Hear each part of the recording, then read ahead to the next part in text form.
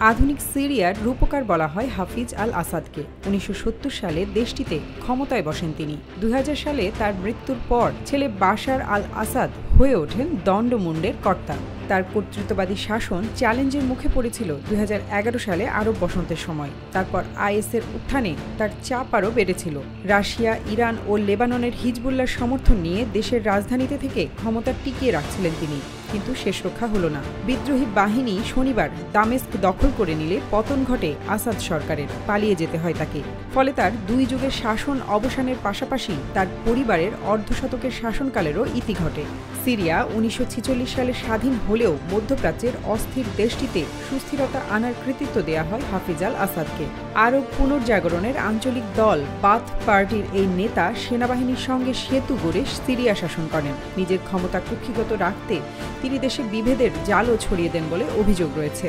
নিজের গোত্র আলাবিদকে সামনে আনার পাশাপাশি শিয়াদের সঙ্গে সুসম্পর্ক রেখে দেশ শাসন করে যান তিনি।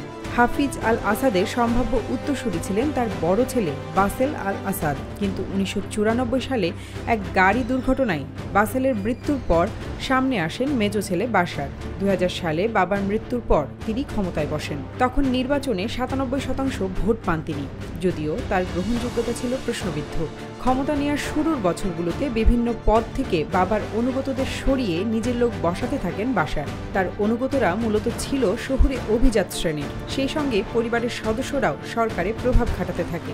এসবের ফলে প্রত্যন্ত অঞ্চলের মানুষদের থেকে ক্রমেই বিচ্ছিন্ন হতে থাকেন বাশার। তবে সব ক্ষোভ বিক্ষোভ শক্ত হাতে দমন করে চলেন তিনি। একনায়ক বাশার প্রথম চ্যালেঞ্জের মুখে পড়েন ২০১১ সালে আরব বসন্তের সময়। সেই আন্দোলনও শক্ত হাতে দমন করেন তিনি। তবে সেখানেই বুনে তার পতনের বীজ। সিরিয়া তখন থেকে পড়ে গৃহযুদ্ধের কবলে। কয়েকটি অঞ্চলের নিয়ন্ত্রণ হারাতে হয় বাশারকে। সরকার বিরোধী এই বিক্ষোভে বহু দল ছিল। তারা সবাই এক হয় এবার। এর নেতৃত্ব নেয় একসময় আল কায়েদার সঙ্গে সম্পর্কে থাকা দল হায়াত তাহরির আল শাম বা HTS। গত কয়েকদিনে আকস্মিক অভিযান চালিয়ে একের পর এক শহর দখলে নিয়ে শনিবার তারা পৌঁছে যায় দামেস্কে, আর পালাতে হয় বাশার আল আসাদকে।